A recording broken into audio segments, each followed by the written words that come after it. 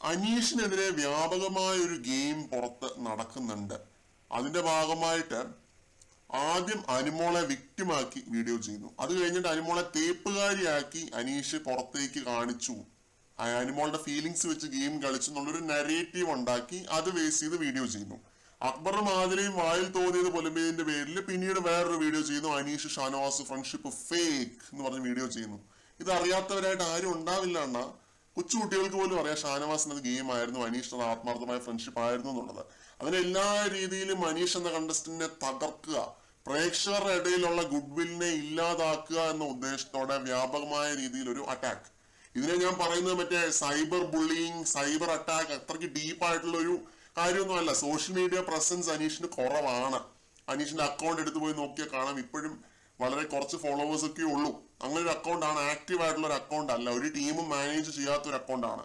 ഇതൊരു ഗെയിമാണ്, ഇവരൊക്കെ കളിക്കുന്ന ഒരു ഗെയിമാണ്. അത് അകത്തെ ഗെയിം അനീഷ് അവസാനിപ്പിച്ചപ്പോ, അതായത് മാപ്പ് അപേക്ഷിച്ച് അധ്യായം ക്ലോസ് ചെയ്തപ്പോ ഈ വെട്ടുക്കിളികളെല്ലാം കൂടി ഇളകി.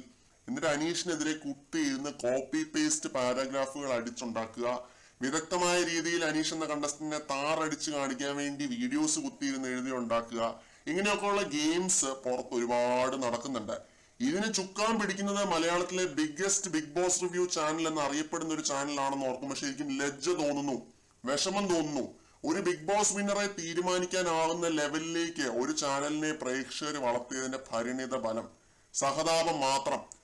PROR ഏജൻസികളുടെ കൊട്ടേഷൻ ഏറ്റെടുത്ത് ഒരു പാവം പിടിച്ച മനുഷ്യന്റെ ജീവിതം തകർക്കാനുള്ള കിണഞ്ഞുള്ള പരിശ്രമം. ഓഡിറ്റോറിയത്തിൽ പോയി വോട്ട് ചോദിക്കാനും MLA കൊണ്ട് പറയിപ്പിക്കാനും പിന്നെ ഇതേപോലുള്ള തരികിട നമ്പർ കാണിച്ച് വിജയിക്കാനും ഒക്കെ അനീഷിന് ആ രീതിയിലുള്ള ഒരു ബാക്കപ്പ് ഇല്ല, ഉണ്ടാവില്ല. പക്ഷെ ഒരു കാര്യമുണ്ട്, ഈ ഷോ കാണുന്ന സത്യം അറിയാവുന്ന സത്യവിശ്വാസികളായിട്ടുള്ള കുറെ ജനങ്ങളുടെ സപ്പോർട്ട്, ആ പ്രേക്ഷകരുടെ വിധിയെയും കാത്ത് ഏറെ പ്രതീക്ഷയോടെയാണ് ആ മനുഷ്യൻ അവിടെ നിൽക്കുന്നത്. ആരെയും നാക്കെടുത്ത് ദുഷിക്കാതെ, മാറിയിരുന്ന് വൃത്തികേട് പറയാതെ, തോന്നിവാസം പറയാതെ, ആരുടെയും മനസ്സ് വേദനിപ്പിക്കാതെ, എല്ലാത്തിലും ഉപരി തെറി പറയാതെ മൈൻഡ് ഗെയിം മാത്രം കളിച്ച് അനീഷ് ഇവിടം വരെ എത്തിയിട്ടുണ്ട് എങ്കിൽ ഈ സീസണിന്റെ ടൈറ്റില് അനീഷിനുള്ളത് തന്നെയാണ്. Mark my words. അത് തിരിച്ചറിഞ്ഞവര് അനീഷിനെ താറടിക്കാൻ ശ്രമിച്ചുകൊണ്ടേയിരിക്കും. പക്ഷെ താറടിക്കാൻ ശ്രമിക്കും തോറും അനീഷ് കത്തി കയറിക്കൊണ്ടിരിക്കും. ഇന്ന് അനീഷ് അനുമോളുടെ അടുത്ത് മാപ്പ് പറഞ്ഞതിലൂടെ എന്താണ് സംഭവിച്ചത്? ആ മനുഷ്യൻ അദ്ദേഹത്തിന്റെ ക്വാളിറ്റി എന്താണെന്ന് വീണ്ടും തെളിയിച്ചു. ചെറിയ രീതിയിൽ പോലും ആരെയും വേദനിപ്പിക്കാതെ ഹൗസിന് പുറത്തേക്ക് പോകണം എന്നുള്ള അദ്ദേഹത്തിന്റെ ശാഠ്യം, അന്ന് എണീറ്റ് പോയതിന്റെ ഒരു പ്രായശ്ചിത്തം അനീഷ് ചെയ്യുകയായിരുന്നു. ഒന്നല്ല 3 തവണയാണ് അനീഷ് സോറി പറഞ്ഞത്. ഇതൊക്കെ ഒരു മനുഷ്യന്റെ ക്വാളിറ്റിയാണ്. ഈ സോറി പറഞ്ഞ കേസ് വെച്ച് പോലും അനുമോള് ഡ്രാമ കളിക്കാൻ നോക്കിയിരുന്നു. ഇന്ന് അയ്യോ അനീഷേട്ടൻ സോറി പറയേണ്ട കാര്യമൊന്നും ഇല്ലായിരുന്നു എന്ന് ആദിലയുടെ അടുത്ത് പറയുന്നുണ്ട്. ആദിലേക്ക് ദേഷ്യം വരുന്നുണ്ട്. കാരണം എന്താണ്? എല്ലാ സത്യങ്ങളും ആദിലിക്കും നൂറയ്ക്കും ഷാനവാസിനും ഒക്കെ മനസ്സിലായി. സത്യങ്ങൾ എല്ലാവരും തിരിച്ചറിഞ്ഞു കഴിഞ്ഞു. ഈ PR വെട്ടിക്കിളികൾ ഒഴികെ എല്ലാവരും സത്യങ്ങൾ തിരിച്ചറിഞ്ഞു കഴിഞ്ഞു എന്നുള്ളതാണ് മനസ്സിലാക്കേണ്ടത്. പിന്നെ അനുമോൾക്ക് അറിയാം സ്വന്തം ഭാഗത്താണ് തെറ്റ് എന്നുള്ളത്. ഇത് ഞാൻ പറയാൻ കാരണം ഇന്നലെ പാതിരാത്രിത്തെ കോൺവെർസേഷൻ നമ്മൾ കേട്ടതാണ്, അതിന് മുമ്പുള്ള സംഭാഷണം കേട്ടതാണ്. ഇന്ന് രാവിലെ പോലും പറഞ്ഞിരുന്നു എന്റെ ഭാഗത്ത് തെറ്റുണ്ട് എന്ന്. എന്നിട്ടും ഈ ഡീഗ്രേഡേഴ്സ് ഇങ്ങനെ കിടന്ന മനുഷ്യനെ ഡീഗ്രേഡ് ചെയ്യുന്നുണ്ട് എന്നുണ്ടെങ്കിൽ ഊഹിക്കാം എത്രമാത്രം കമ്മിറ്റ്മെന്റ് ആണ് ഇവർക്കൊക്കെ ഈ ജോലിയോടുള്ളത് എന്നുള്ളത്. പ്രേക്ഷകരുടെ വോയിസ് ആയി മാറാനാണ് എല്ലാ കാലത്തും നമ്മൾ ശ്രമിച്ചിട്ടുള്ളത്. അല്ലാതെ പ്രേക്ഷകരിലേക്ക് സത്യങ്ങൾ വളച്ചൊടിച്ചെത്തിക്കാനും ആഗ്രഹിക്കുന്ന ഒരാളെ വിന്നറാക്കാനും ഒന്നും അല്ല. അനീഷ് ഈ ഒരു കേസിൽ ക്ലീൻ ആണ്. 100 അല്ല 150% ക്ലീൻ ആണ്. ഇത് പ്രൂവ് ചെയ്യാൻ എത്ര നേരം വേണമെങ്കിലും ഞാൻ വാദിക്കും.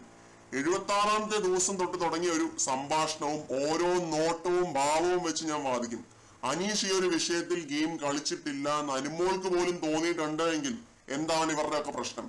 കാശ് വാങ്ങിച്ചതിന്റെ നന്ദിയൊക്കെ ആയിരിക്കാം. പക്ഷെ എത്രയെന്ന് വെച്ചിട്ടാണ് ഒരു പാവം മനുഷ്യൻ ഇത്രയും ദിവസം കൊണ്ട് ഉണ്ടാക്കിയെടുത്ത ഗുഡ്വിൽ നശിപ്പിക്കാൻ തോന്നുന്നത്?